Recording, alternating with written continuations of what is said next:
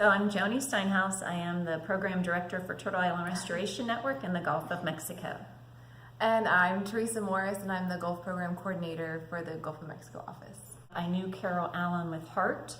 Many years ago, she fought for turtle excluder devices and shrimp trawls, and so I spoke with her. They wanted to open an office, so I came in May of 2013, and I've opened our Gulf of Mexico office. Our organization is headquartered in Lima, California, and we also have an office in Hawaii. But of course, the ocean goes everywhere, so we do international projects. Yeah. So obviously, one of our big projects is sea turtles. We also have projects to protect sharks, and we have a salmon project in California, but we focus a lot on sea turtles.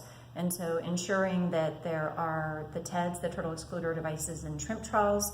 We run the nest patrols with A&M University, and that's going on right now. We're training hundreds of volunteers, and Teresa organizes all these volunteers, and they're on the beach from April 1 through mid-July looking for nesting sea turtles so that we could protect sea turtles and their fish. The Kemp's Ridley is the most critically endangered sea turtle, and it's also our state sea turtle. So that is a huge project that we work on partnering with the university, NOAA, Turtle Island, we sponsor the 866 Turtle 5 hotline for the Texas coast.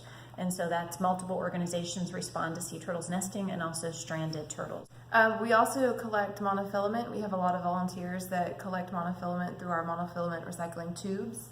There are those tubes over here. You can find them all over Galveston Island and surrounding areas. This is where people can put their fishing line that's used into these containers, and then we ship it in and it gets recycled into other products.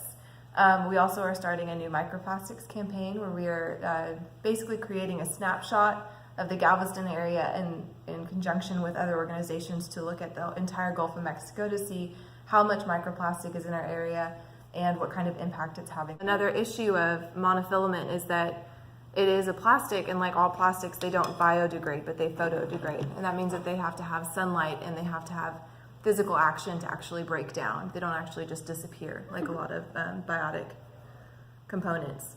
So one of the issues is that we do find a lot of monofilament in our microplastic studies as well. So that has a little bit to do with our monofilament recycling. Absolutely, program. and there's more and more studies. This is Teresa's background. She's done a lot of lab work. And so there's studies that we're receiving papers from our partners, mainly one gentleman that works for Parks and Wildlife. He's very interested in this. And they're seeing these microplastic in fish.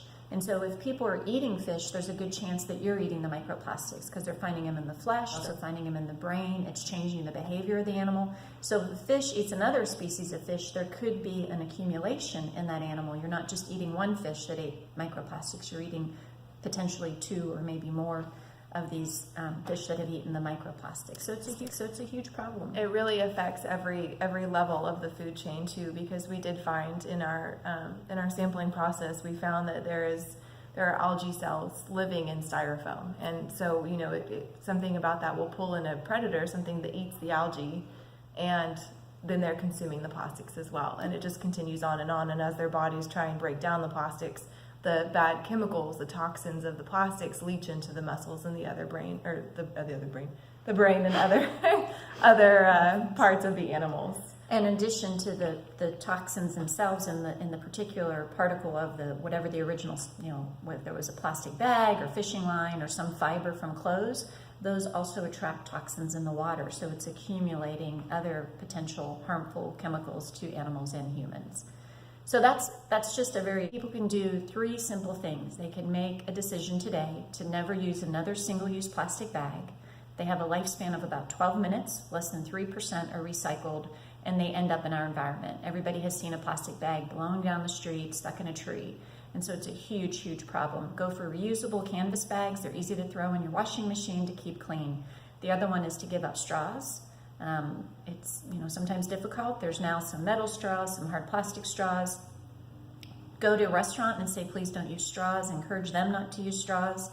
And then give up balloons. What goes up must come down. And many times, as Teresa said, they photodegrade and they look like jellyfish. So we have animals that are ingesting these balloons that end up on our beaches or potentially in the Gulf.